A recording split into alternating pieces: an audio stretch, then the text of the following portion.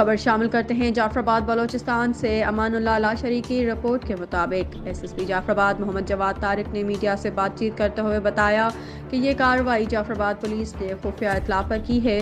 जाफराबाद के इलाके गोट ज़ियाद खान खोसा में पुलिस ने कार्रवाई करते हुए तखरीबकारी की कोशिश को नाकाम बनाते हुए जेर जमीन छुपाया गया असला व एमिनीशन भारी मिकदार में बरामद कर लिया और 3 मुल्जिमान को गिरफ्तार कर लिया। पुलिस के मुताबिक एक मुल्जिम ज़ियाद खान खोसा मौके से फरार होने में कामयाब हो गया।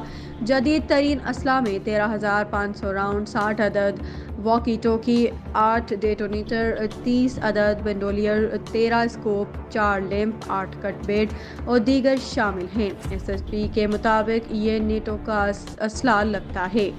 मजीद तफ्तीश कर रहे हैं।